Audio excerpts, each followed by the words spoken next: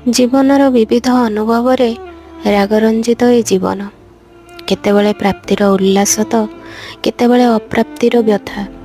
କିନ୍ତୁ ଗଭୀର ଭାବରେ ଜୀବନକୁ ଅନୁଭବିଲେ ସେହି ହେଉଛି ଯେ ଅପ୍ରାପ୍ତିର ମଧ୍ୟ ଏକ ପ୍ରାପ୍ତି।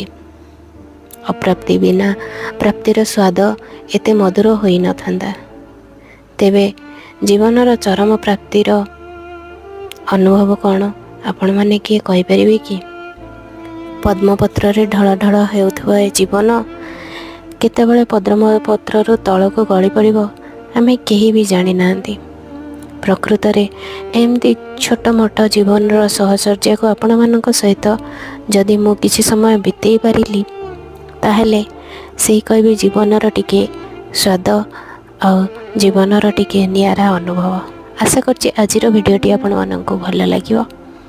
Thank you. ଜୟ ଜଗନ୍ନାଥ।